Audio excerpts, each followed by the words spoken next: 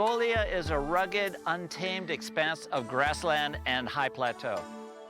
It's home to fabled warriors, nomads, and one of the most remote cultures on the planet. Join me for a journey into the heart of wild Mongolia. I'm Art Wolfe. This is Travels to the Edge.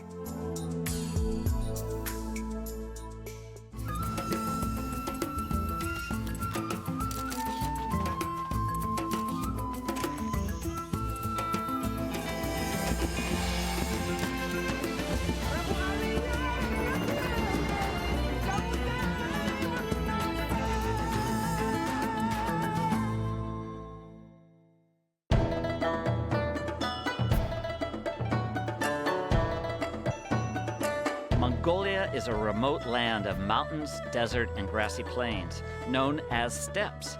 It's the most sparsely populated country in the world, and its harsh environment is home to Genghis Khan's descendants, tough and distinct nomadic people.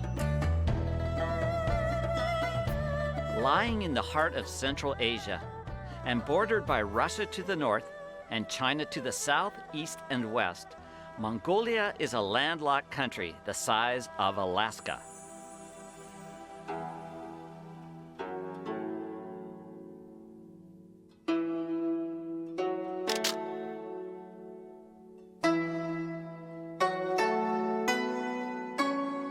As dawn breaks on the steppe, the early light reveals a place of open landscapes, wild horses, and resilient nomadic cultures. This is Kazakh country. I'm joining Mongolian guide Biamba Dorj for the journey ahead. We are in the westernmost province of Mongolia called Bayan-Ulgi. This is really remote, isn't it? Oh yeah. In this country, everybody is interdependent on each other. Because it's such a harsh land. Yeah, it is. So they got to rely on each other to really survive the harshness of the environment. When everybody is dependent on each other, you can't be really an individual that lives way out there in the mountains. When a stranger comes in, or just a passerby that needs some drink or have a bite, you always offer that because you can be in the same position and then somebody else would do the same for you.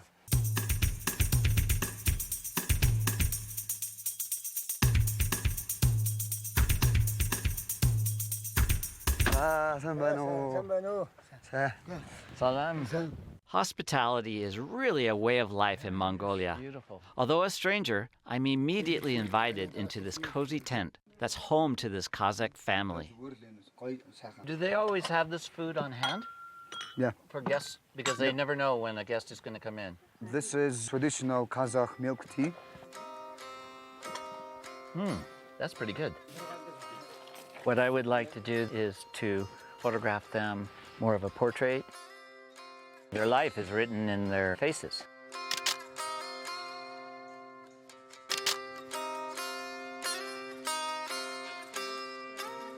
You like? Is it okay? Oh, thank you.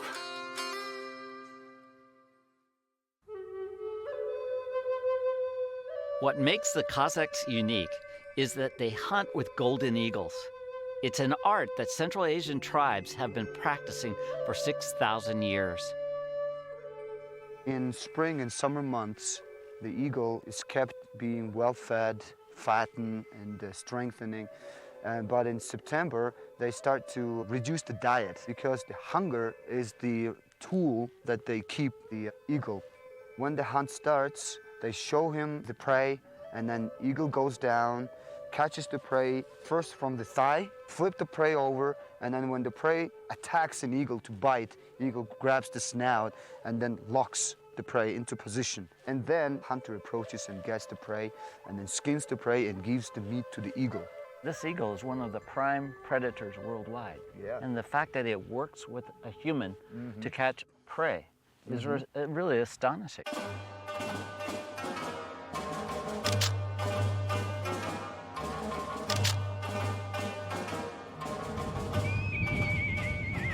You will not find this anywhere except in Mongolia, these Kazakh men and their tradition of hunting with a golden eagle.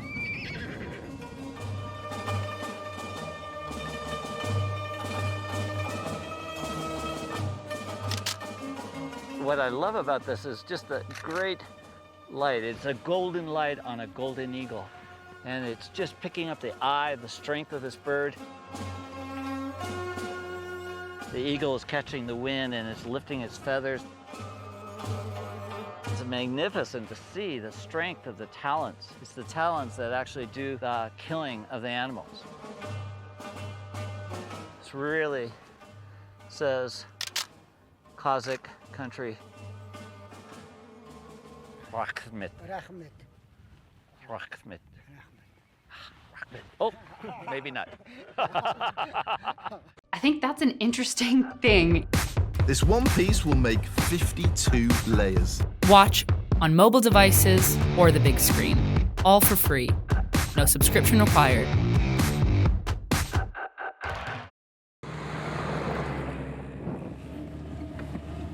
Although this landscape appears empty, it is in fact littered with mysterious markers of a vanished culture.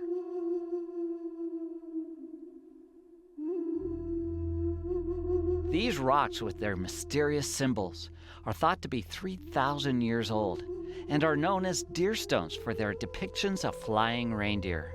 Why they're here and what they meant to an ancient culture is a mystery.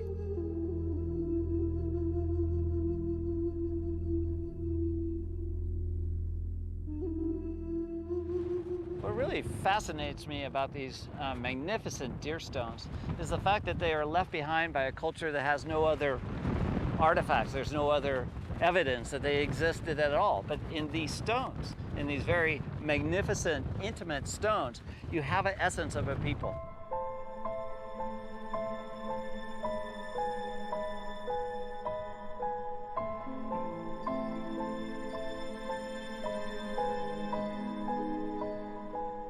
To better capture this ancient and mysterious place, I've returned during the twilight.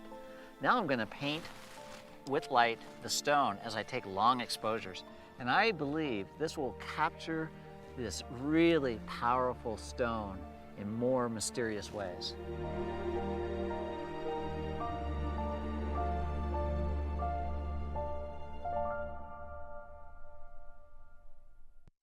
This is the ferry we're going to be crossing on. It looks pretty dicey. Whoa. Okay, we're crossing. Why don't they build bridges in this country?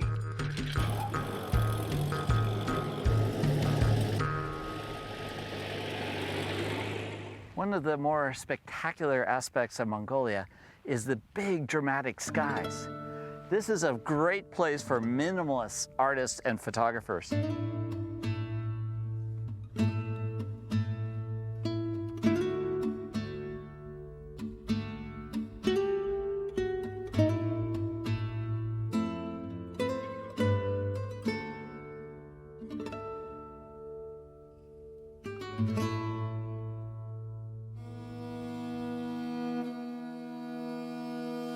The taki, Mongolia's wild horse, is central to the country's fabled past. Genghis Khan built the largest empire in history when his warriors swept across China and Europe on tough horses like these. On the edge of extinction, the taki is the only true wild horse left in the world. So-called wild horses in the American West are actually feral horses, domestic stock that escaped from ranches and returned to the wild. Takis used to dwell all the steppes and the southern Gobi of Mongolia. Here in Hoste National Park, there are about 250 of them being protected and living free. This park had really done a great job of reintroducing these species back into their natural habitat, and then doing so well now. Oh, look at the little foal running around. Run back, run back.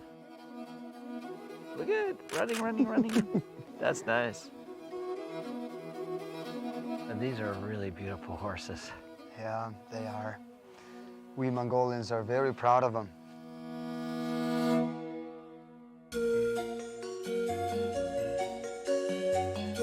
Of all things, we've come across a toll bridge. We're waiting for the toll keeper to unlock this little sucker, which is really impeding our travel. And hopefully, he's going to be here in a couple of minutes. Good. I guess we're free to go.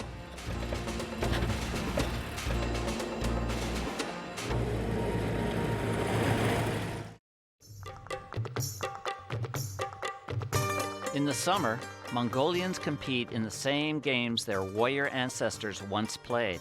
It's the biggest festival of the year, the Nadam. Nadam in Mongolian means games, and this is the oldest tradition of the Mongols. The competitions of wrestling, archery, and horse racing used to be practiced from the very childhood as a combat training of the Mongol warriors. Tell me a little bit about the wrestling. What's the objective? If you touch the ground with your palm, elbow, knee, then you're out.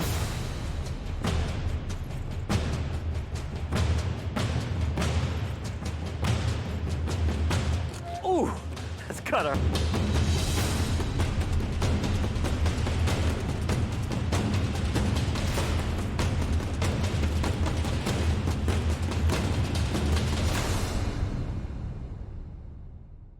People come from all over the place to celebrate the Nadam. It's a great opportunity to get a lot of different portraits of people.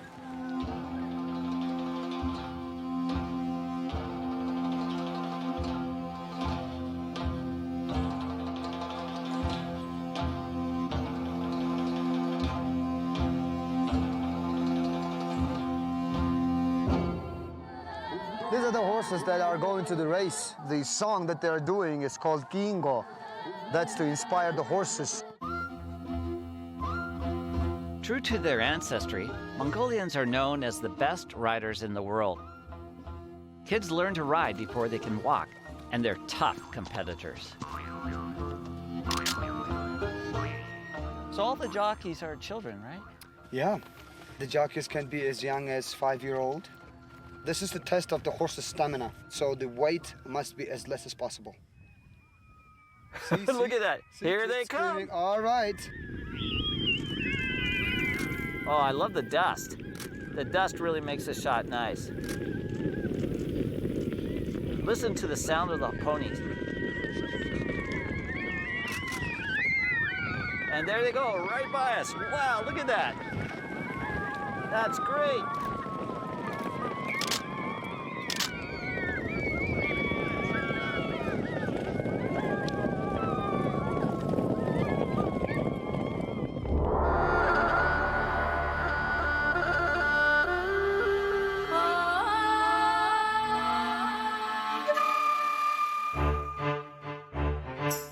Leaving the games behind, we're heading north towards Siberia on the first leg of our long journey to find Mongolia's most remote nomadic culture.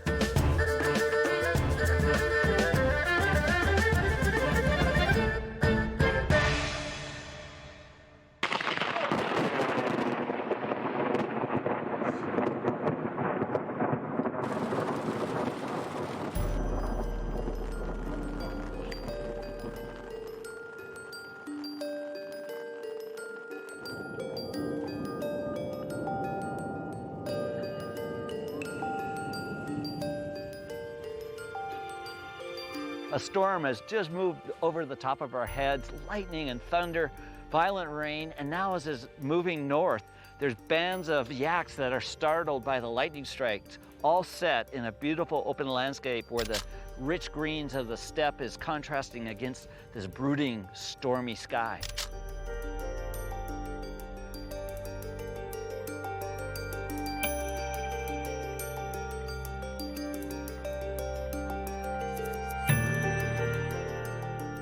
The lingering showers that are descending from the sky really deliver a beautiful backdrop to the patterns of floating vegetation and disrupted water. This is an extraordinary scene. It's one of many that I've encountered just in one day's journey across the northern steppe of Mongolia.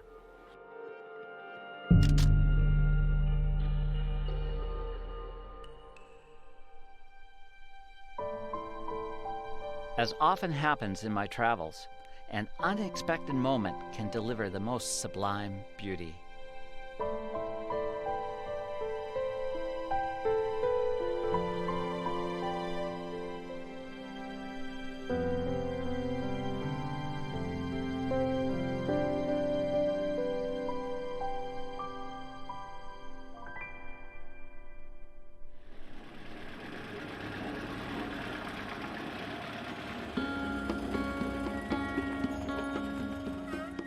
The last leg of our journey will take us towards Siberia, where we hope to find one of the most isolated nomadic cultures on the planet.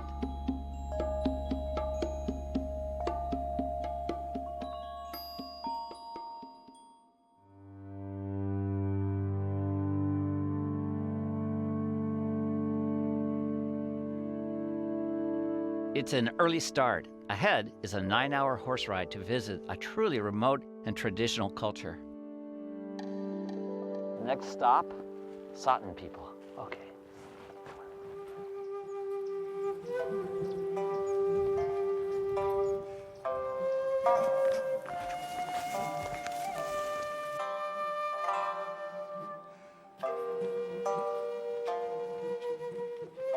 Well, it's a long ways out here to these Satan people, and we're not there yet. A long ways to go. Clouds are building again. I think it's our afternoon shower.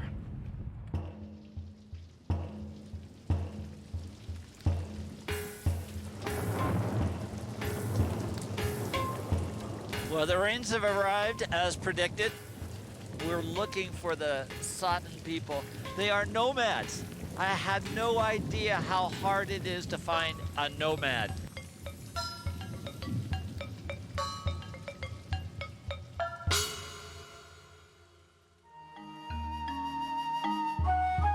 Entering yet another valley, we finally get a glimpse of a Satan Ort, or teepee.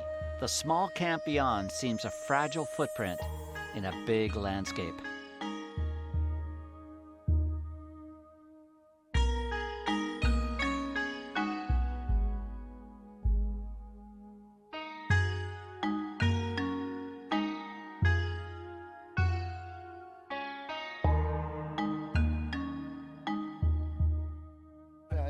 Hello.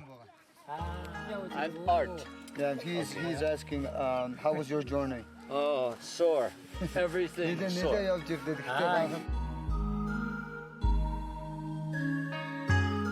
For thousands of years, these nomadic herders have roamed the taiga forests of northern Mongolia.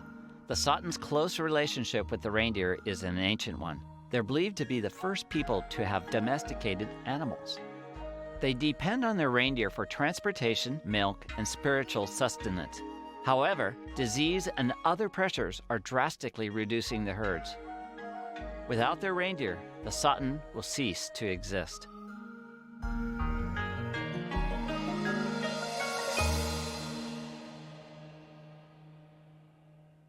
We're gonna photograph you amongst the homes, okay? So let's walk over this way.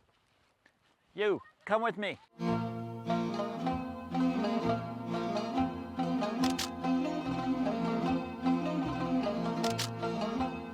I just love using the reindeer as elements to frame this culture. It's moments like this that makes me so happy traveling and photographing cultures.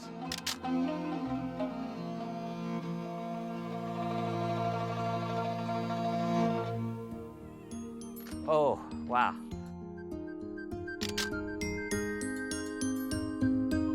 Okay, let me show you.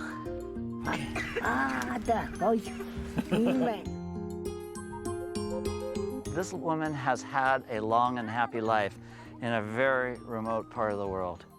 And look at the wisdom she has. It's a great moment. Thank you. Take a picture of me. Okay, and just...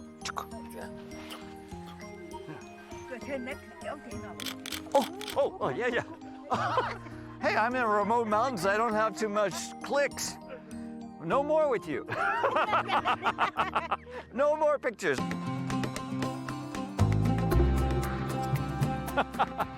Little reindeer jockeys.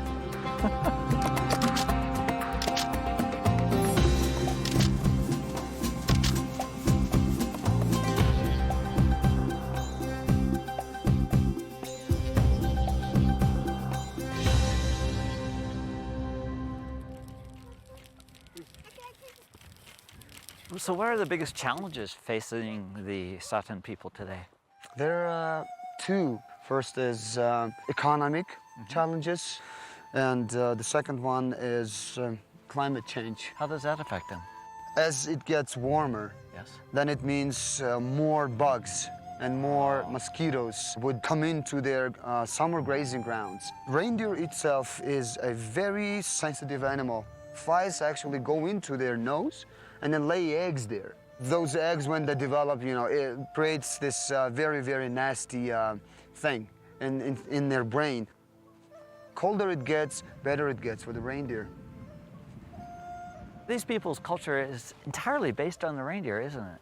Yes, and then in fact, Ta means reindeer, and Tatum means the reindeer herder.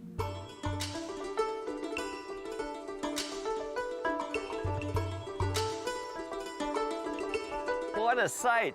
Just the beauty of these reindeer, and then to see these Satan riders so graceful as they move across this really wild landscape. Wow, look at this guy. He's crossing right now, water splashing. What a backdrop. That is so cool.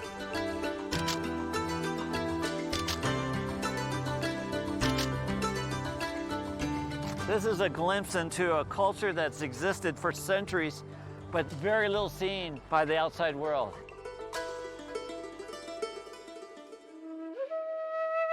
I'm always deeply touched by the warm hospitality extended to me by people with so little.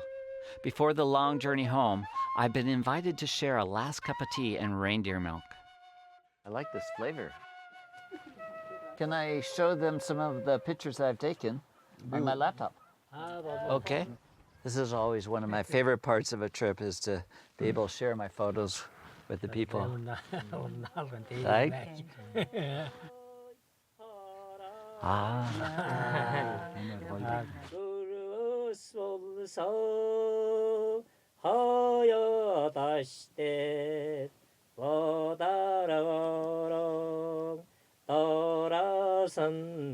The Mongolian people and the reindeer have managed to coexist in the harshest of conditions for thousands of years. They symbolize both the fragility and the tenacity of a culture on the edge of survival. I'm Art Wolfe.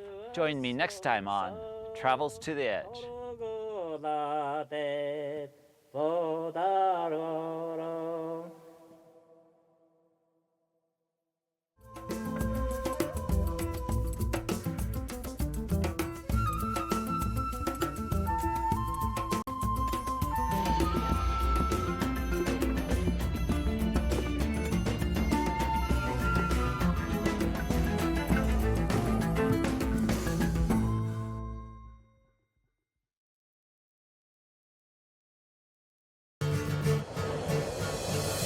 Iceland's landscapes are striking.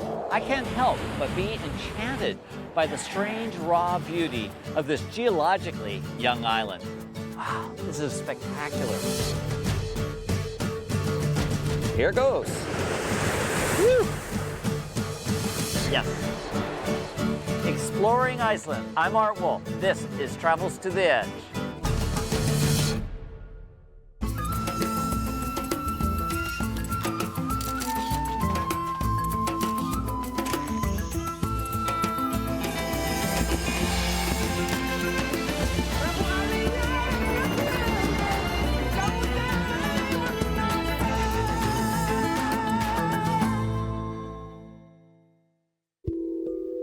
In the middle of the North Atlantic Ocean, just south of the Arctic Circle, is the island nation of Iceland. Sitting on the active mid-Atlantic ridge, it's a land shaped by force, fire, and water.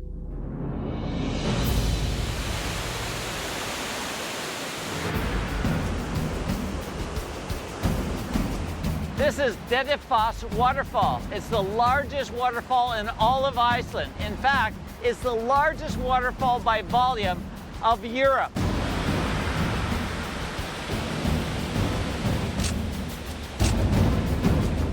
It's an amazing force of nature. It's so powerful I can feel the earth reverberate under my feet. That's what's extraordinary about Iceland, the forces of nature that have shaped this planet. From the great glaciers to the geyser activity to the waterfalls that leach out of the mainland is all raw and right in front of you.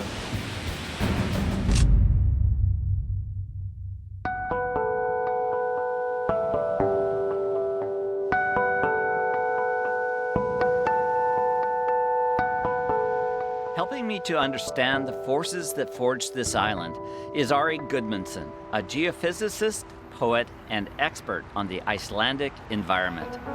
These waterfalls behind us are amazing. Sometimes Iceland is called the waterfall country. We have a lot of precipitation, we have all the melting glaciers. Those rivers flowing from them, they are carving canyons, they are making ravines. So it's a natural process, of course. 50% of the country is above 400 meters, so you have a lot of very fast-flowing rivers. 80% of our energy, electrical energy, comes from hydropower. So all we need is either geothermal power or hydropower. We have no oil, no coal, nothing. So we are creating only clean energy, in a way.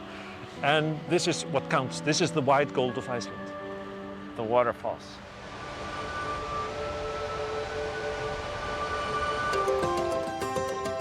Iceland is defined in part by water, by the sea that surrounds it, and the snow-capped peaks that rise above it. Next, I'm hoping to find water in a more abstract form, ice. This huge freshwater lake has enormous icebergs floating around in it, and it's only a quarter of a mile away from the open ocean. And on the other end, huge glaciers are calving these beautiful icebergs. So it's a very dynamic landscape. And I'm compressing the angles of the icebergs backlit by the sun. So it gives me a really beautiful abstract palette to work with.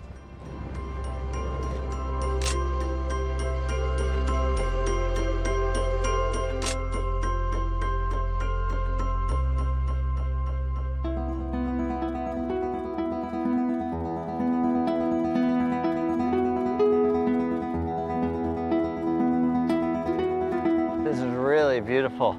This is one of the best places to see nature in its full force in Iceland. The advance of this glacier, it has only been active for, let's say, 1,000 or 2,000 years. It has carved this very, very deep fjord or lake underneath here, up to 300 meters in depth. Oh, look at this iceberg coming up. I love this one. It's like two beings standing there on this ice platform. I love that. The one to the right is a polar bear and the one to the left is a walrus. You know, they are sort of fighting each other. That is so dynamic. The ice is usually clear. When you see them, for example, roll over, you see it's clear ice. But as soon as the sun has effect on them, it's melting, it becomes opaque and white. Oh, is that it? So yeah. You can see underneath here, it's clear ice. It looks like the light is emanating from within, right? Yeah, it just has that like inner glow. It's glowing.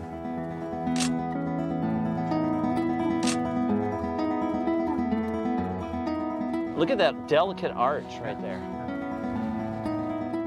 Ah, this is really beautiful. I've got the sun coming right behind an edge on this ice. And there's so much depth, just the way the arches of the iceberg is, the way the water's falling, and then there's multiple layers. This is a very complex iceberg. This ice looks like cut glass. It's 1,000 years old, and it's just so smooth and abstract. And the closer I get, the more abstract it looks. Every increment of my movement and I'm getting something radically different. And this is really beautiful because now I've got the green of the ice and the blue of the sky reflecting through the ice. Very slick, very surreal.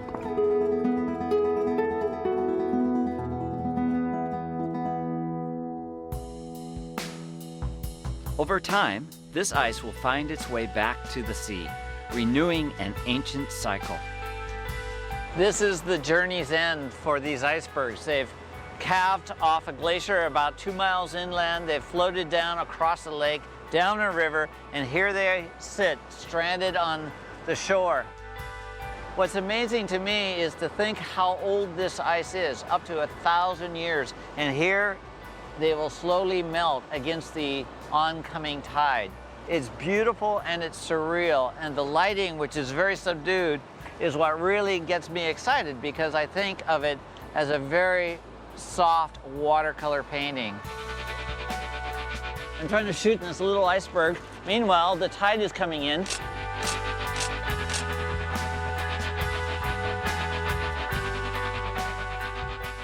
I've gotten really close to this stranded iceberg that's got a gap in the center of it, and I'm trying to shoot through that gap at the icebergs beyond. Now, whether I'm successful or not, we'll see.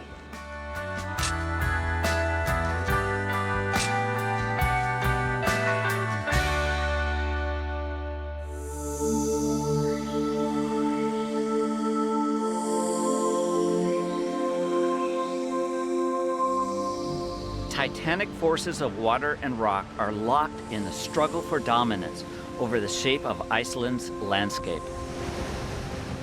All right, this is pretty spectacular rock. Well, this is what we call basalt columns, or columnar basalt, and this is the rock, the black sort of basalt. 90% of Iceland is made out of this. This is maybe the soul of Iceland. The soul of Iceland. Some part of it at least.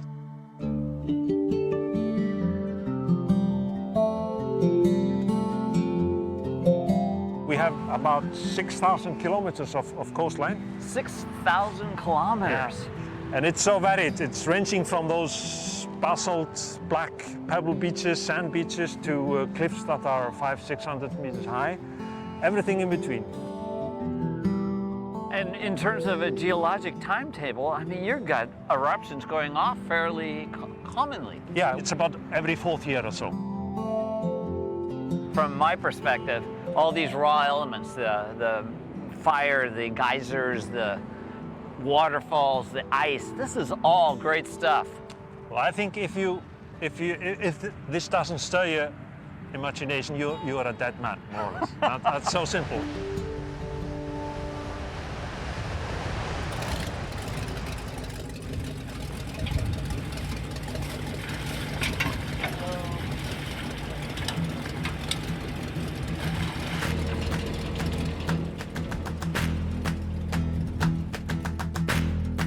I'm sailing to Papi Island, located off Iceland's southeast coast, in search of the Atlantic puffin, Iceland's avian clown.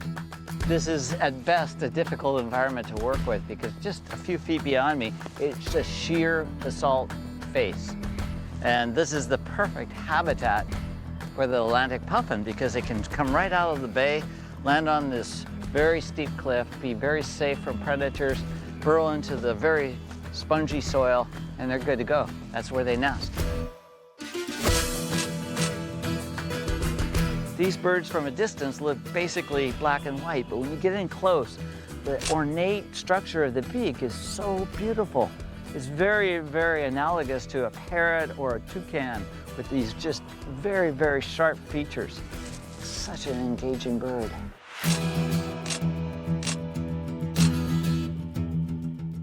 What's amazing about these puffins is that they burrow in the grass. They do that because gulls and other birds of prey will actually go after the chicks, so they're safe when they're in the grass. They're very adept at catching multiple fish under the water and just aligning them along this beautiful and ornate beak.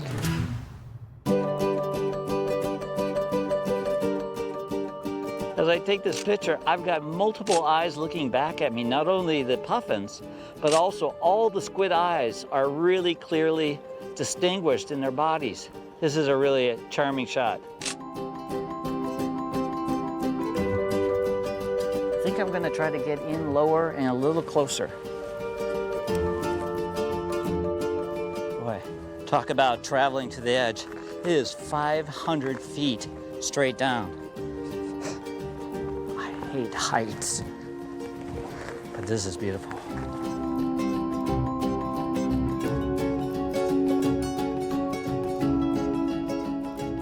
Got 4 puffins sitting on a little knoll.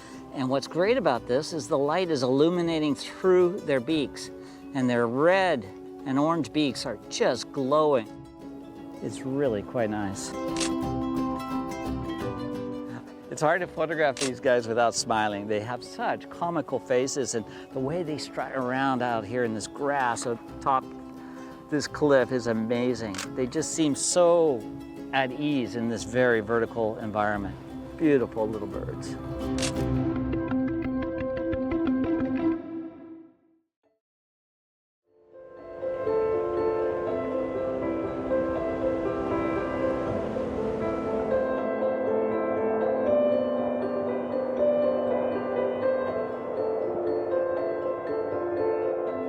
What's so great about traveling through Iceland is there's a lot of surprises along the way, like this vast field of fireweed. Just a swash of pink in a sea of lava. It's fantastic.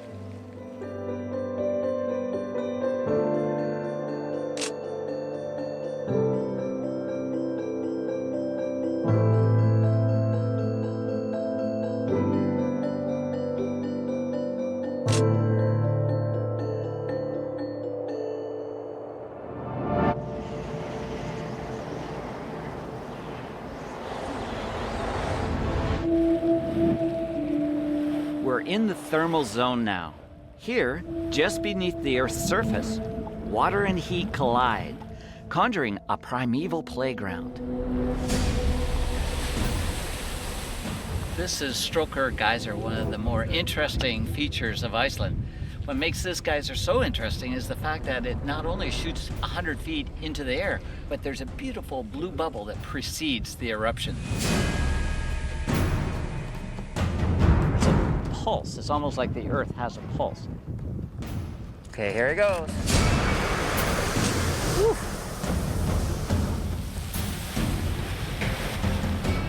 Here, it looks like it's gonna happen.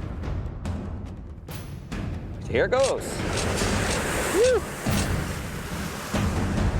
Yes.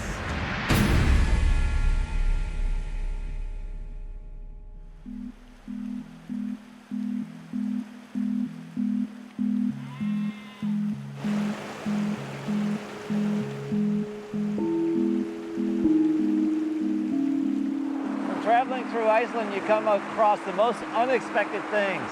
Here we have a mountain stream that is literally steaming from the superheated water that originates in a geyser basin up the slope.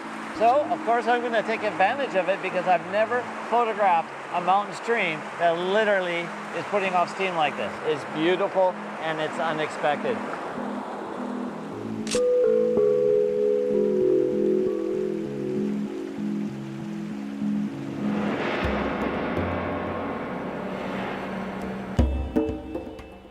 This is a very surreal place to be. A valley full of geysers and fumaroles and mud pots and color. The light is getting low and moody. It's a very surreal environment, and it's perfect for shooting what I'm after, which is the abstract, haunting quality that is Iceland.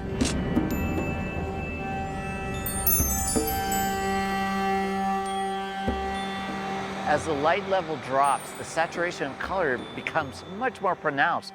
And the color is really one of the elements I'm loving to work with here because you've got beautiful yellow oxides and siennas and umbers, the earth tones. The other thing that I love is the thick layer of clouds. It's almost meeting the geyser steam. So there's a beautiful blending of the sky and the steam, and it all becomes a beautiful palette to work with.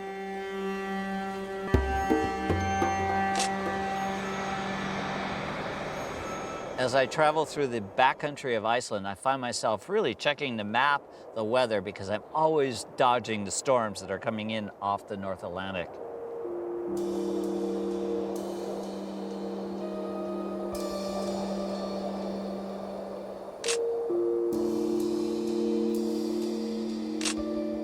Wow, this is great. 11 o'clock at night, and there's this fantastic light show right over this ice cap. beautiful lenticular clouds are just catching the last light of the fading sun in beautiful crimson and pinks. Spectacular.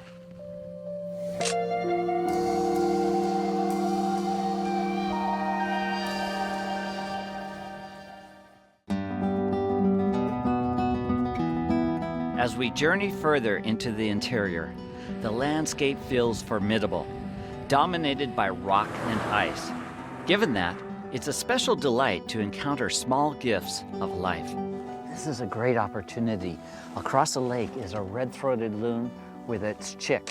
And the red-throated loon is a very difficult bird to photograph. And I'm getting some great shots because the mother is going to stay with the chick.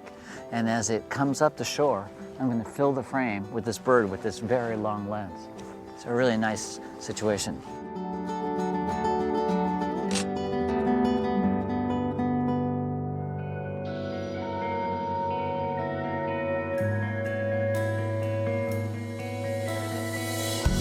This is one of the more engaging landscapes. It's in the interior mountains of Iceland, and it's very different than the harsh, brutal landscapes that I've seen elsewhere.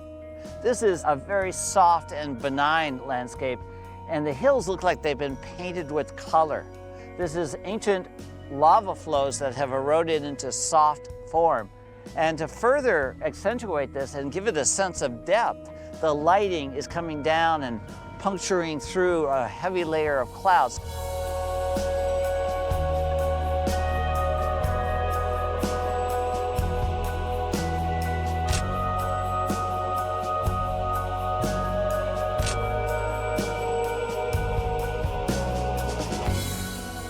As a photographer, I'm really responding to the solid forms of ridges and the braided rivers that course their way through the mountain ridges.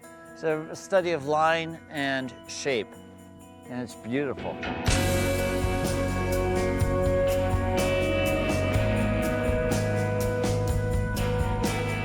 This is great. Right now we have intermittent clouds and sun washing these beautiful slopes of pastel oranges and rusts and greens. And it's all very, very much like a mosaic laying out right in front of me.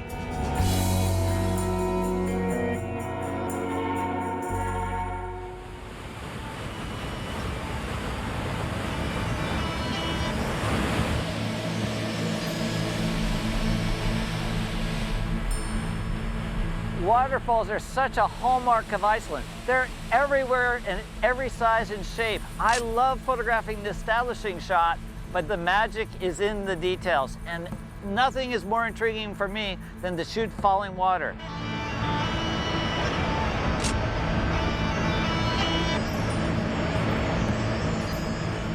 This is an unusual opportunity to get in and under a waterfall.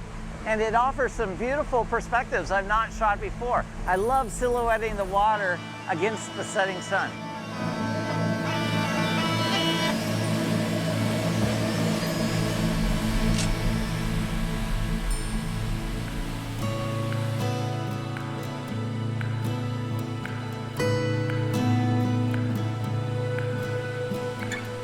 I've discovered a microclimate that includes bright orange lichens and mosses, as well as ferns, which I've not seen in any other part of Iceland. Using the waterfall to diffuse the bright sunshine is perfect lighting for this very soft subject.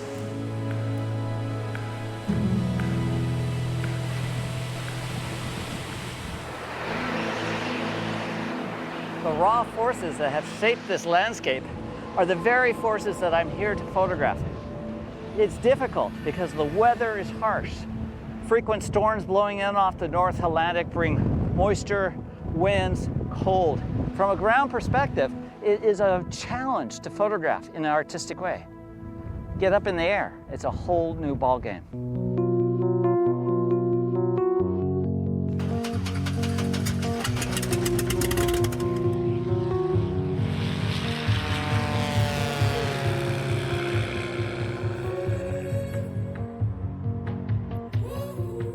Fly for several hours, just lost in a very surreal world that really, to me, is the essence of Iceland.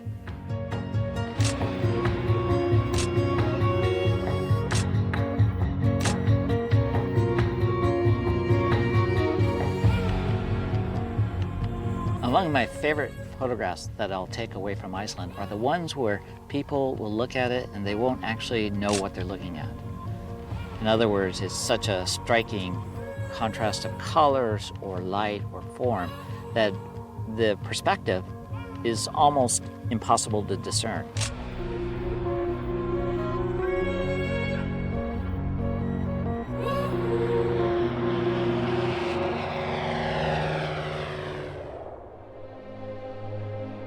Iceland's austere beauty is undeniable. It is an island defined by contrasts, a landscape forged by fire and ice. The light is magical here, and the life is brilliant.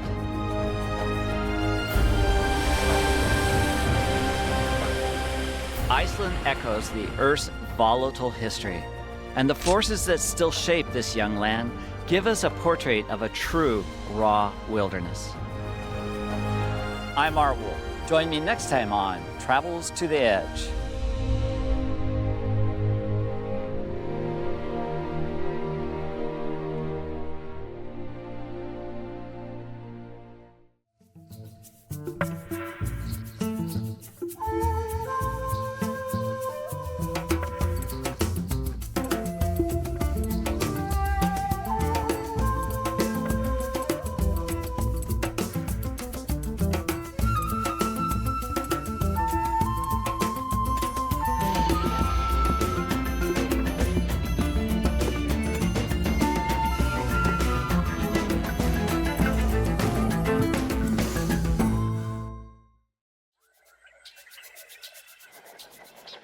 It takes 3 days by rough road to go from Addis Ababa down here to the Omo River Valley. But in many ways, it's like going back 1,000 years in time.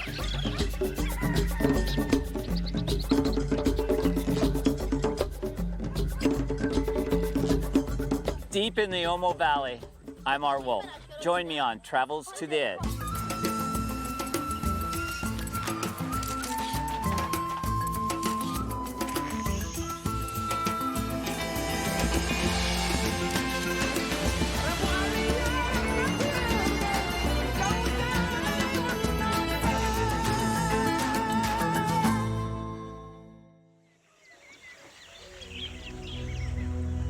The Omo River flows 1,000 miles through this vast, open, empty quarter of Ethiopia and ultimately empties into Lake Turkana, which is this enormous lake in northern Kenya.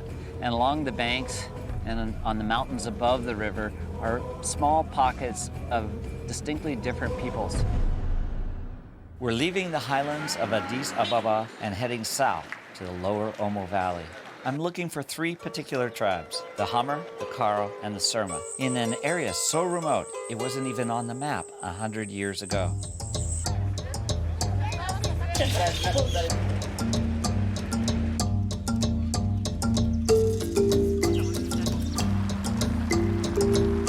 The roads here are rough at the best of times, but during the wet season, heavy rains create a condition known as black cotton, which is this really fine mud, which is all but impossible to cross once it gets wet.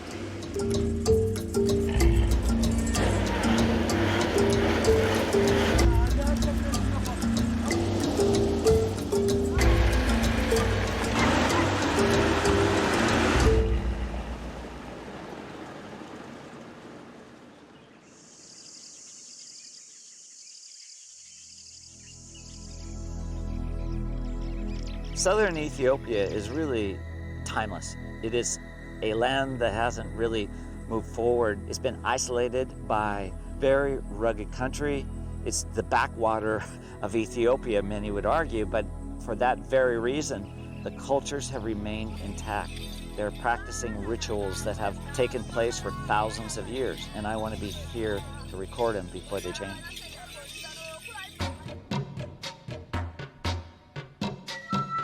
What's so great about traveling through Hammer country is you could be driving through endless miles of really arid scrublands, and suddenly on the horizon are a group of Hammer walking your way. And when you see them at first glance, it's just amazing because they got beautiful skins, incredible ornamentation of necklaces. Their hairstyle is completely coiffed with mud and oil, which is a signature item that really sets the Hammer apart.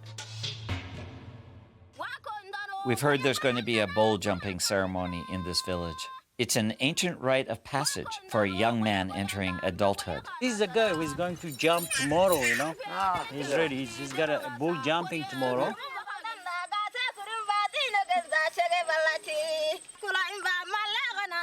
Can you hear this thing over here? Yeah. She's the sister of the jumper tomorrow. She's just declaring that my brother is brave, he can jump. It's a sort of declaring the ceremony tomorrow.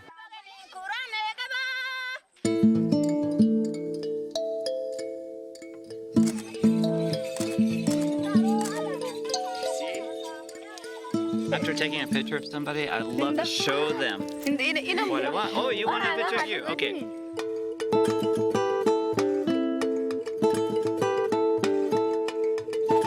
People are people, and when you can show them photos of themselves, they really respond, and it's true throughout the world. So the camera is a great tool for breaking down the awkwardness of entering a village. It becomes a passport into their village. They love looking at themselves, and it's really a lovely way of connecting with people.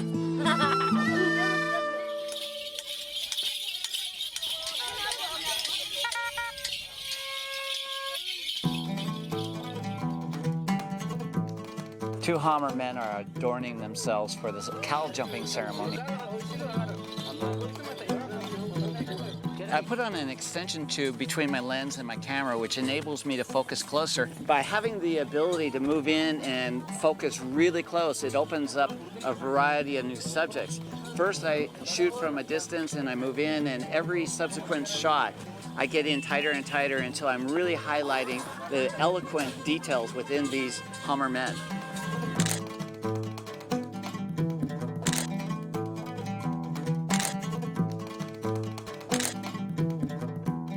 This is really emphasizing the beautiful detail that the Hammer are able to achieve with their earrings and their necklaces and the simplest of form. And what I'll do now is connect this with other cultures around the world and highlight how they adorn themselves. It's really a celebration of the creative processes that go on in these really remote regions.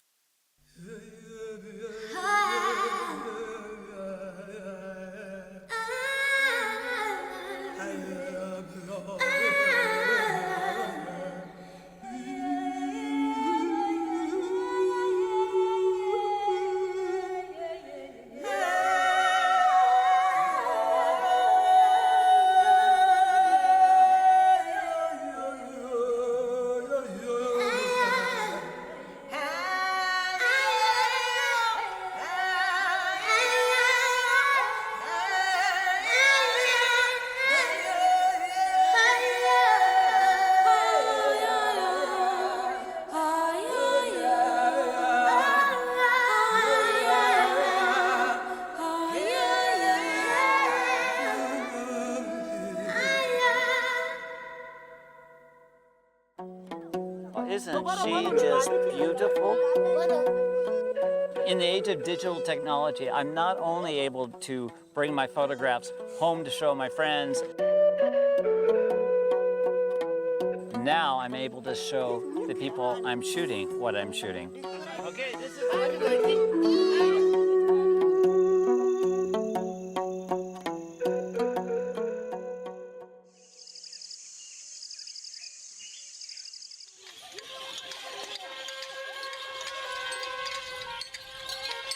Today's the big day, the jumping of the bulls. It's noisy, it's wild, and it's chaotic.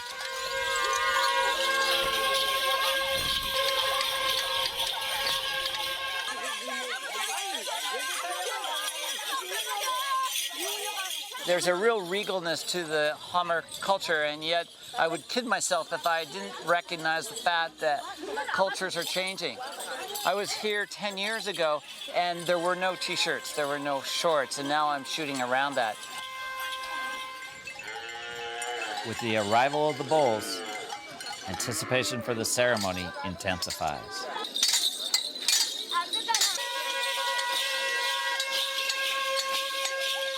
the jumper must try to compose himself amid all the chaos.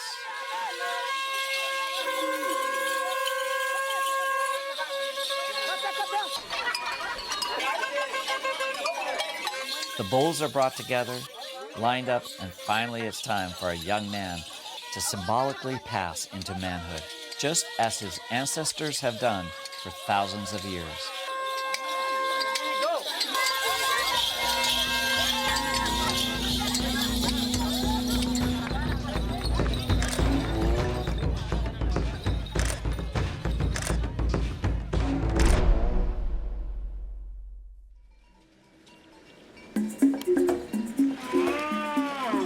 Next, we're heading west to the Omo River in search of the Karo people.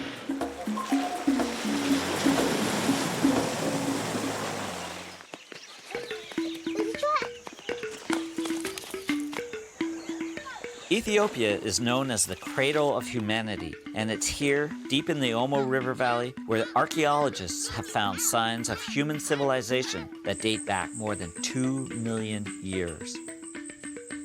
We've arrived at this Karo village at the end of the harvest season. It's been a fruitful year, and the villagers are in the mood to celebrate.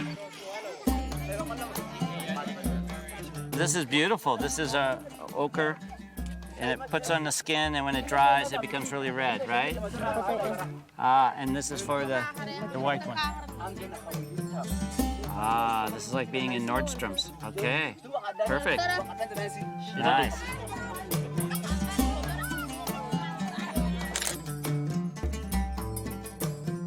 I'm not really trying to document a culture like a traditional documentarian. What I'm trying to do is find a sense of art. The magic's in the detail. I really try to pull out the essence of a culture through the abstract. And right now in front of me, there's this beautiful woman who's got a series of spots around her nose and her cheek. And I'm trying to zoom in as close as I can and just make a really simple abstract shot with the eye and the spots. Nothing more than that, nothing more complex than that.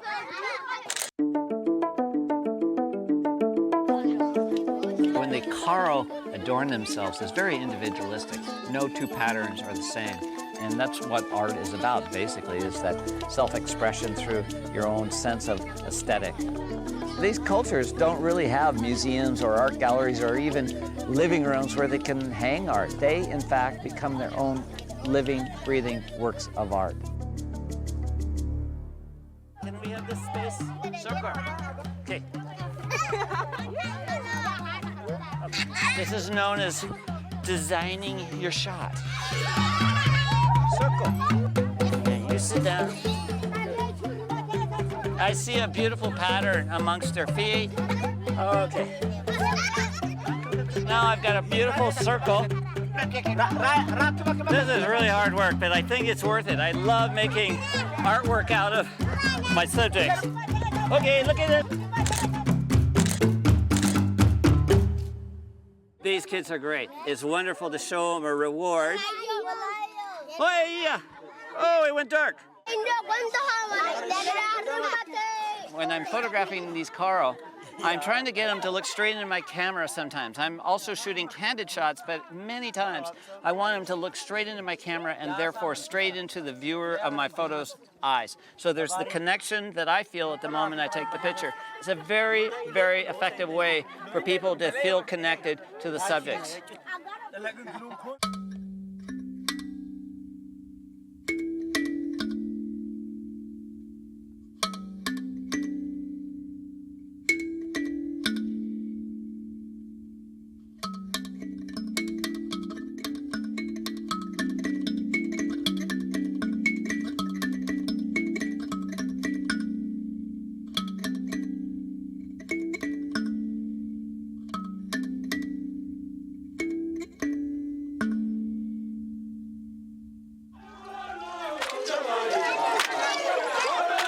After a day of adornment, the Karo are ready to celebrate a good harvest.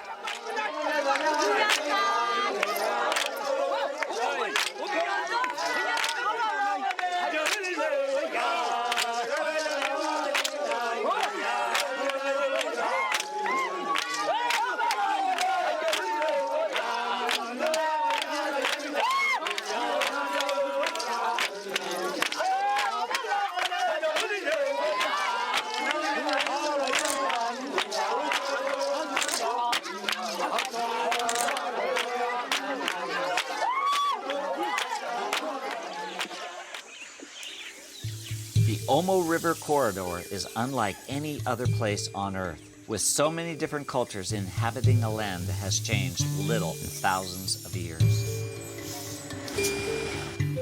The next leg of our journey takes us across the Omo and up into mountains virtually untouched by the modern world. This is where we hope to find the Surma, the most remote of the tribes we've come to see.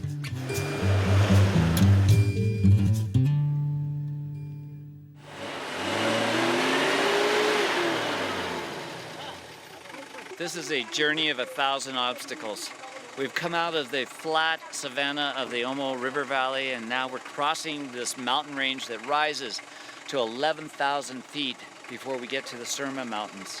And along the way, we've had multitude of obstacles. And right now, a huge rainforest tree has fallen across the road, which means the track goes around the tree, which means, of course, we get stuck in the mud one more time.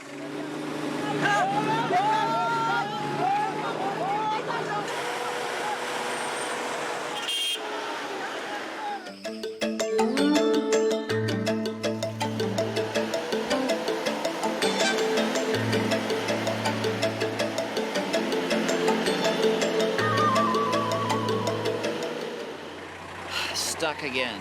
This is going to be a long day. And now we're at least in Surma country because they're everywhere. Hey, how are you?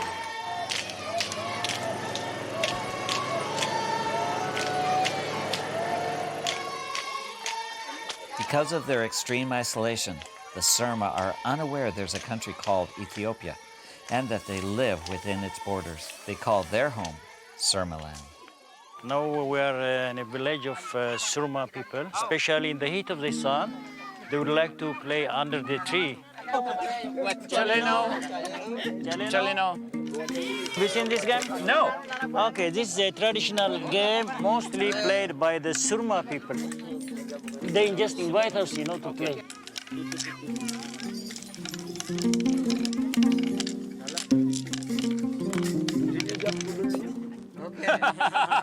You want to abandon me as a player? Well, I don't know. You got a loser on your side, I have to tell you.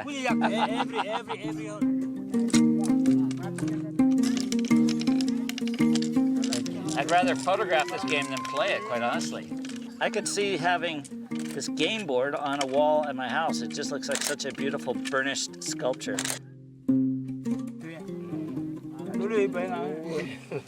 You see, that's what I photographed. What he just said to his friends, my God, this guy's an excellent photographer. That's you. The camera is a great connection.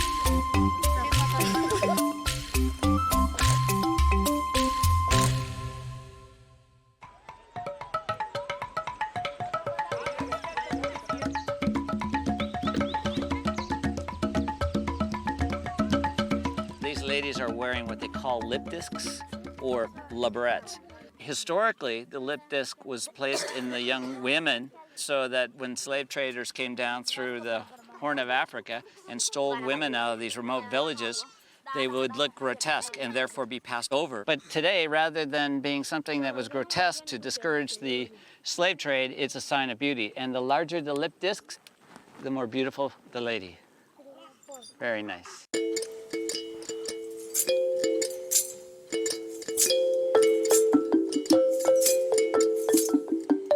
This young girl right here has really a beautiful pattern of almost snowflake designs on her face. These may be, in fact, the first photographs this young lady has ever seen of herself.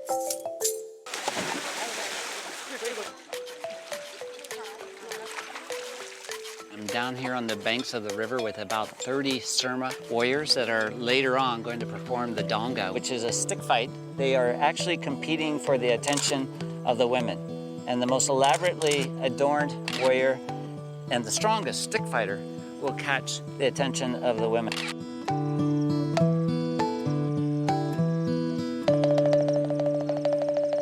This is beautiful.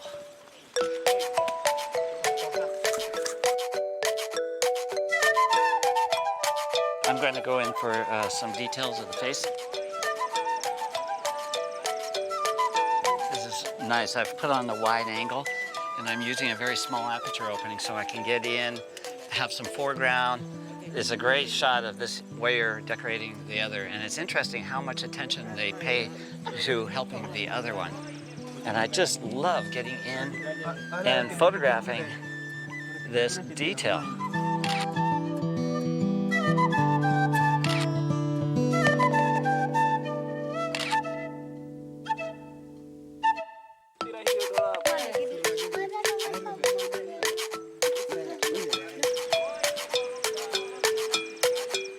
So, hold the camera steady, take the pictures.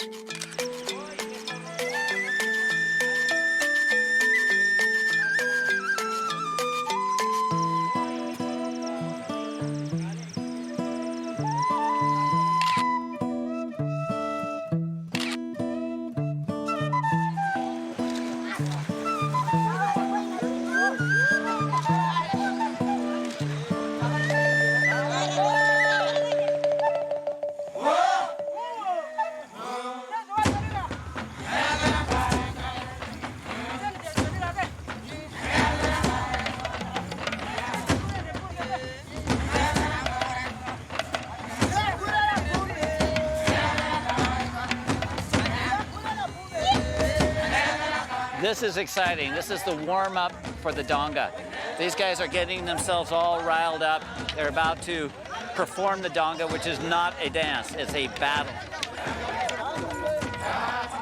These are two different villages that are coming and competing for the honor of the village.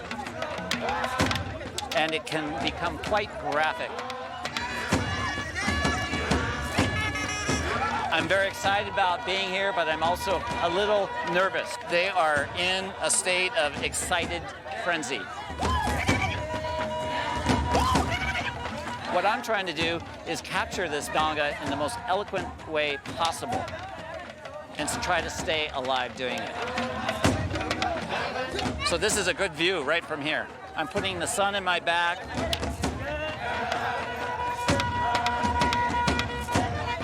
This tradition has been going on for thousands of years, and unfortunately it could end with the inevitable westernization of the world.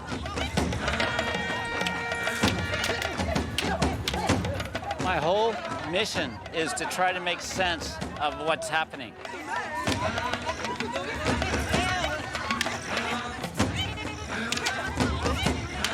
I never know how this whole donga, oh my God.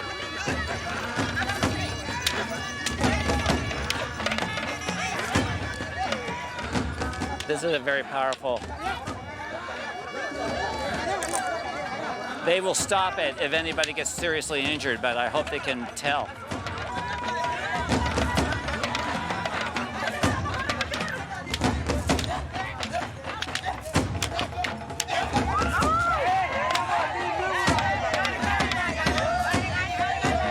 There's so much happening. The chanting is primordial, and it just lends a sense to this place. There's dust in the air, there's blood in the air. Just gives it a memory that I'll never forget. I'll never forget this moment.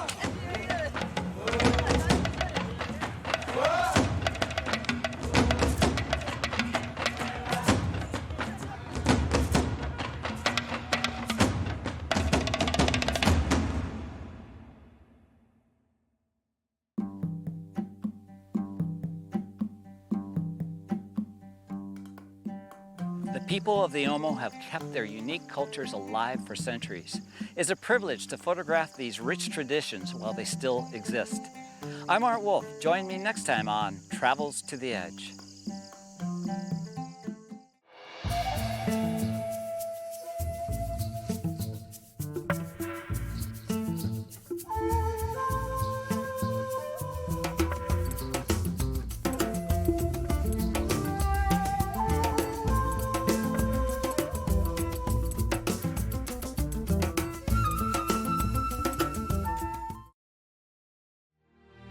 Our show is beautiful. This is the Asia that most of us envision. But making it can get ugly. Early call times, schlepping gear, arguments, and long drives. But in between are the moments of pure beauty, excitement, and culture. This time, journey through Bhutan and Nepal with our crew and see how we make the show. I'm Art Wolfe, and this is the making of Travels to the Edge. Good one, Art. You thought We so? got it. Okay, good. Grab some lunch.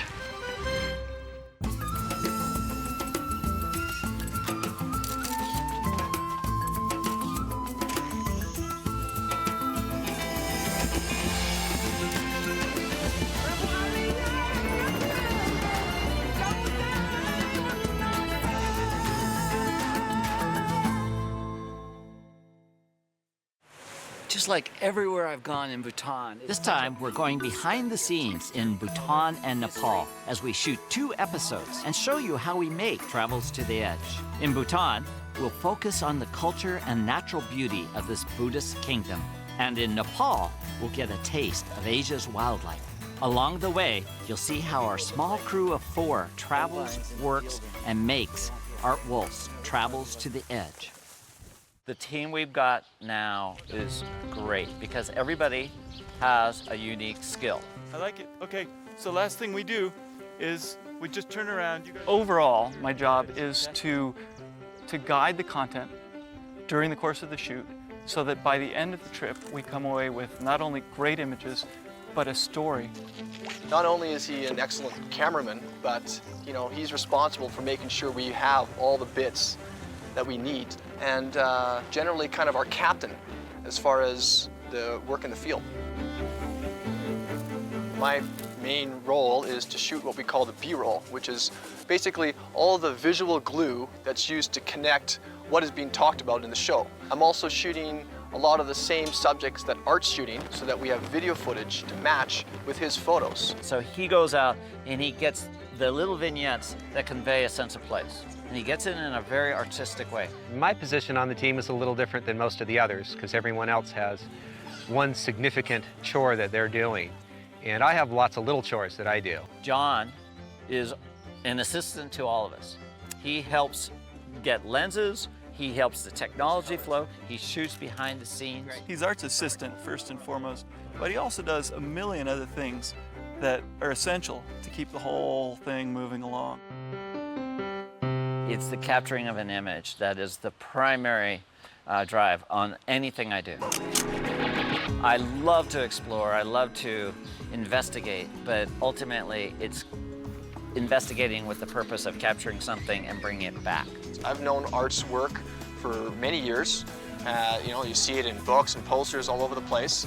So the chance to go and see how he does things and to get to some of these situations is very exciting. Your rhinos, tigers, bears, leopards. One of the great things about working on this series is I've had the chance to work with an excellent photographer, a world-renowned photographer. Art has definitely set a high standard for the imagery for the show.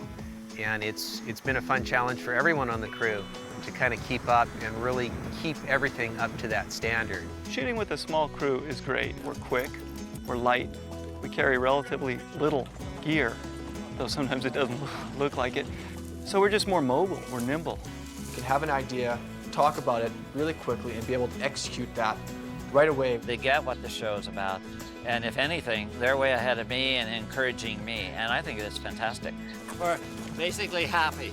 We got something out of nothing. It was a beautiful moment, great transitions, everybody's happy, we'll fight later.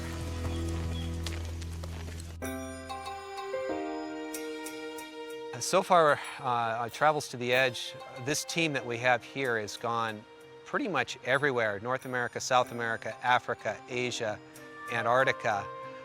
It's really been unbelievable. The more we travel now, we're going to places that we haven't been before.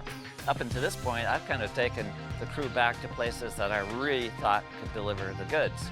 Now we're starting to go off into Mali and Benin and Togo, and that's exciting for me. I love exploring new places. I think what makes the series very unique is that every episode is in a new location and means that it has its own flavor. Each place has its own particular beauty and its own particular feeling. And at its best, our show strives to convey the uniqueness and the beauty and the spirit of each of those locations. I think there's a huge disconnect in our society with the natural world and a disconnect with how we think of foreign cultures, how we think of the third world, how we think about places that we rarely ever get a chance to see ourselves. So part of the whole idea of the show is to bring that reality to people who don't get a chance to come to see these places. We're bringing the world back to them. I think it's a very valuable contribution. But beyond the crowded cities of Nepal and India lie precious, what are they? Remnants. Remnants. Remnants. Remnants. The most difficult part of the whole show is to deliver the stand-up lines that introduces the show, or the tease, or the close. Those are notorious trouble for me. Where rhinos, In search of Asia's most impressive wildlife, and we don't want that pause. Carl is very encouraging. Carl has a really fine ear for words and for inflections, and he gets it right. But on this trip, we're skipping the big mountains. You get it? We're skipping the big mountains. We're heading south into Royal Chitwan National Park. The great Himalayas rise north into the clouds. And I'm more than willing to do a line 100 times as long as we get it right. I have a lot of patience for doing that. And we usually get it right. And we're getting it now in 15 takes rather than 100 takes. So progress is being made. I'm Art Wolfe. This is Travels to the Edge. It's just after 5 a.m. in the morning. We're having breakfast. Is it after or is we it were before? woken up like 20 minutes ago. No, never mind. Don't listen to what I'm saying. I haven't had my first coffee yet, so nothing makes sense. This show is really a lot of work. The crew falls into bed at night and falls out of bed in the morning, and then we go. We're always crunched for time. We have a limited budget. We can only be out in the field for so long. And so every day is essentially some sort of race. It's got to get up by 5 a.m. sometimes to get to the sunrise spot. And then when you're there, you only have maybe 10 minutes or 20 minutes to get the shot in. Get some coffee in you? I got coffee in. The worst parts, I think, are riding in rough plane rides and in SUVs on just terrible roads for hours on end.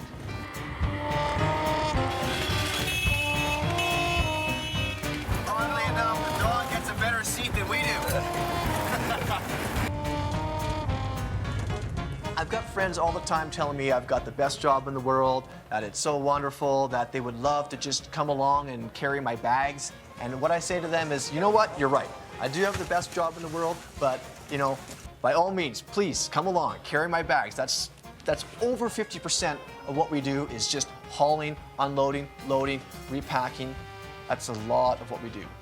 Carl and I are often up talking right until we get to sleep about, all right, how did that go? What do we need? Oh, how's that go? You know, rewriting some of the bits that Art needs to talk about, you know, looking at footage. So it's kind of, it's constant.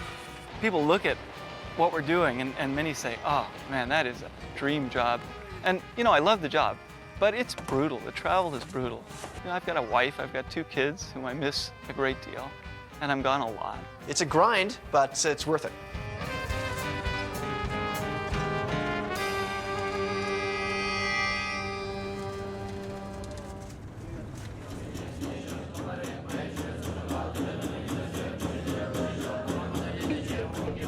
There's a degree of delicacy to the work we do, especially when working with cultures. We're going into places that are often relatively or very unvisited, and it's essential that we portray the cultures we visit in a way that's respectful. We've got Art with a camera right in front. We have 2 photographers behind them, and then I'm hovering around someplace else, photographing or doing other duty. So it can be really intimidating.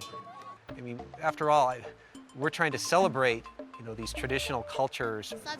Sabina. Dari Ramrocha.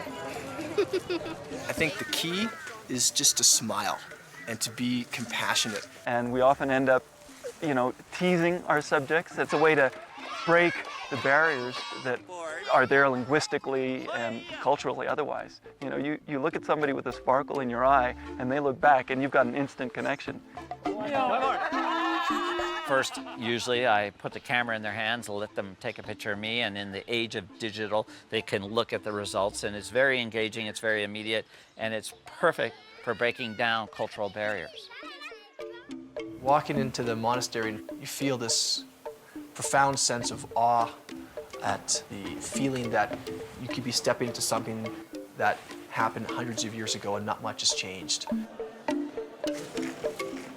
That moment is like, wow.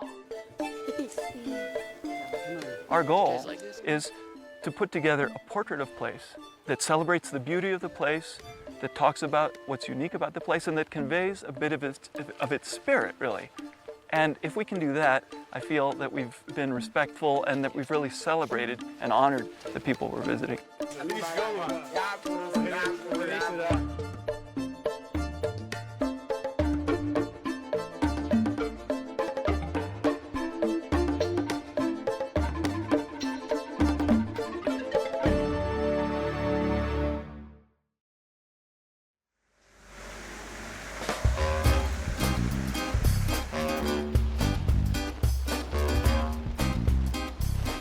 Sometimes Art just heads off, you know, he's got something in mind and he'll just make a beeline for it. And we may or may not be ready to jump on that bandwagon. As we're organizing our equipment and sort of trying to think about what we can make of the situation, he's disappeared. Just over here on the left, probably in the But white has road. he got a shot? He called us down. Art, where are you? Okay. He's kind of like a tracking dog, and it's like you're hunting, and he's the dog out there finding the stuff. And so it's like, where'd he go? Where'd he go? And then all of a sudden he barks. Call it, Art, Art, where are you? And, you know, off through the trees, you'll hear this voice, I'm over here. We'll find him eventually, but, you know, every now and then, it's just like, oh, what happened to Art?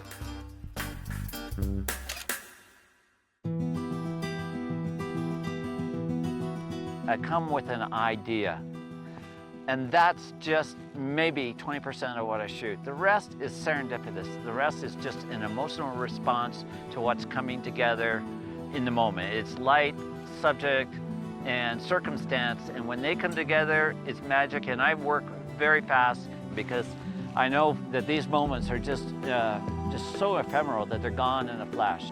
We'll be walking along, we'll be driving along, and all of a sudden Art says, stop. I see something. I want to shoot this. And I'm quickly checking around to see what does he see that I don't see. We're all seeing the same thing. We're looking and seeing the same thing, but Art's picking out particular things that are, you know, in tune with his aesthetic. And in a lot of cases, it's patterns, it's textures, it's details. You know, I may see the pattern before I even see the herd of animals. He's really very visual, comes from an artistic background that most photographers don't. It's really an objective of mine to really translate a subject in a slightly different way or a greatly different way. For example, in Torres del Paine in Patagonia, everyone tends to look at just the mountains, but in the early morning light, you see these exploding lenticular clouds that actually dominate the frame. So trying to expand your vision and seeing these types of things has certainly been one of the things that we've learned traveling with Art.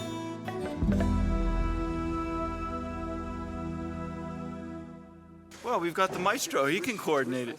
Well, you're the boss. Well, all respectfully. You're the boss when you want things your way, but now you know, there's always going to be tension, and there's tension between Carl and me, and sometimes Sean and me, and John and me. Is it me? I mean, you put 4 creative people in a high-pressure situation in a short period of time, there's bound to be tension. We're all perfectionists. You know, we're all passionate about getting the best possible image. And we all work really hard to do that. And our ideas aren't always identical, so we end up butting heads sometimes. Of course, my primary instinct as a photographer is to see it, get it now, and do the TV show afterwards. But you know and I know if we go back 50 feet and redo it, that's another 20 minutes. He is a driven artist. He gets tunnel vision on something he wants, and everything else will fall to the wayside until he gets that.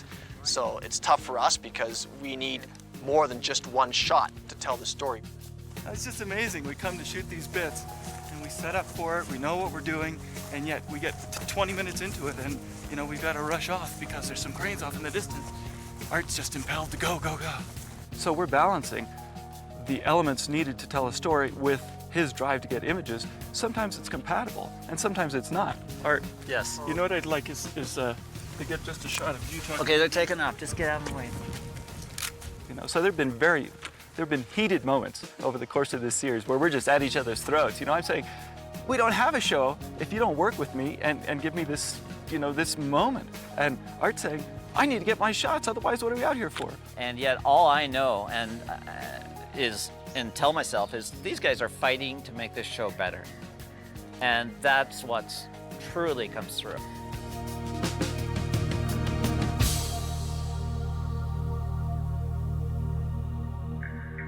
Thank you kindly.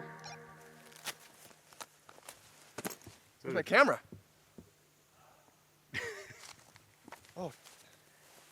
Oh, I forgot the camera. That's bad. Can you back up quite a ways because I forgot my camera? All right, let's be honest. I'm the guy on the trip that forgets things. I leave things behind. I forget about this. I forget about that because I'm so focused. Sean forgot his camera. I thought that was a joke. But then it was Sean.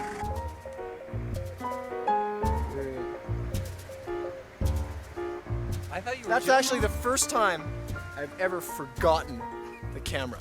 It may, Isn't that true? it may be the first time you've forgotten the camera, but I remember sunglasses, hats, socks, insoles, single shoes, coats, gloves. Okay, the single shoes were an Knives, exaggeration. insoles to shoes, headlamps, you name it. Yeah, it's a theme. Yeah. But you know, the camera, that's pretty a crowning glory. This is big. This is big.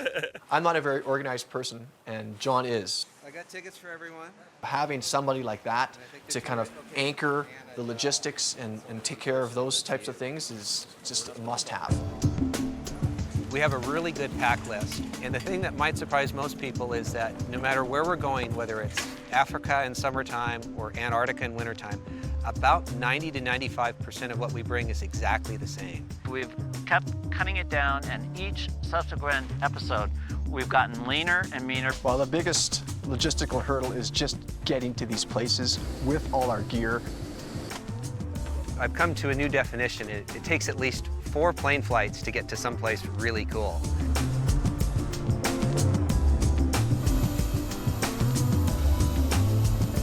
The fun part. Another day, another visa. On land, we're typically in a 4-wheel drive SUV. Sometimes we're in minibuses or vans. Probably the most interesting modes of transportation are on the water. We've been on everything from yachts to dugout canoes.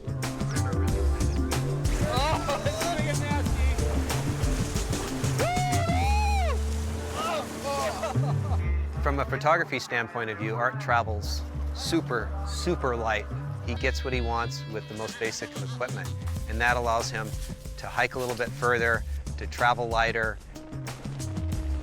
The fact that we're working with these small, light HDV cameras is fabulous. They've worked out so well. You know, they're lightweight, they have incredible battery endurance.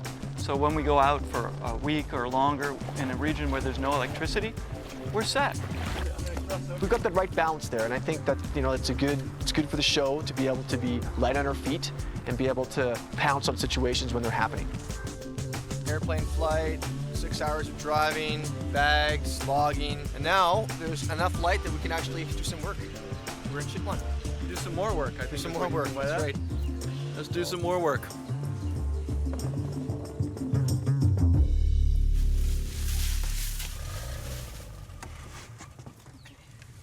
Wait, he's walking away. Intense. It was really That was intense. It was so close. Art has just a special mojo or karma, or I don't know what you want to call it. It is unbelievable, the animals that he brings out of the woodwork.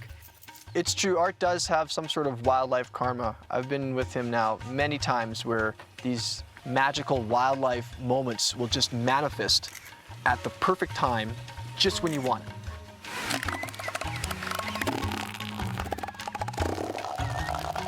We hiked up for 4.5 hours to get to the top of this cliff in Patagonia, hoping to photograph Andean condors.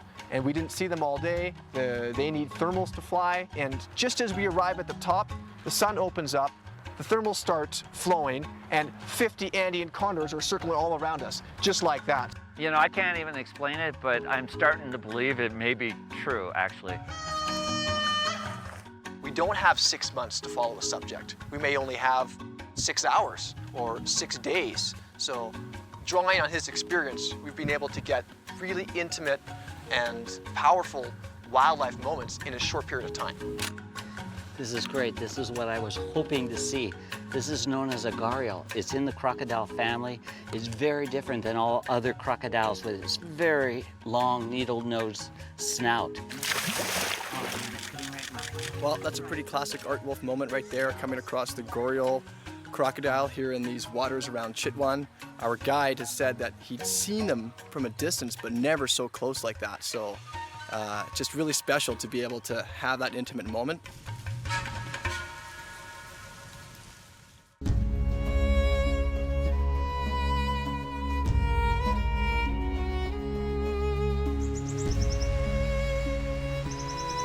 In a way, it's a show about why people should care about these places. There's a conservation message embedded in each of these shows, whether cultural conservation or natural habitat conservation.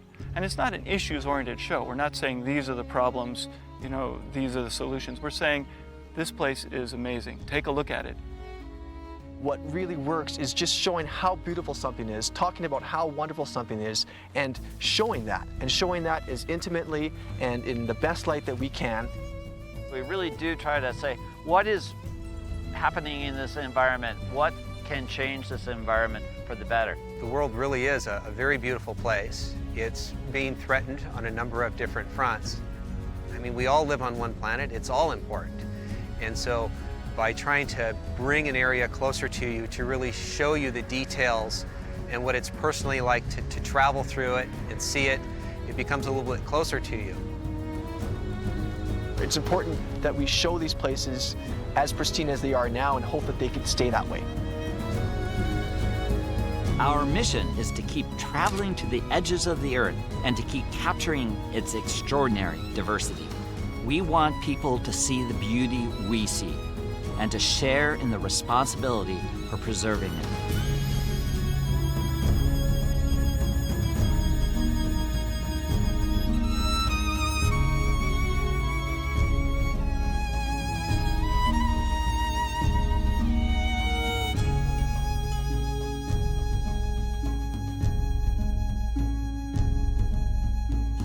I'm Art Wolfe. Join us next time on Travels to the Edge.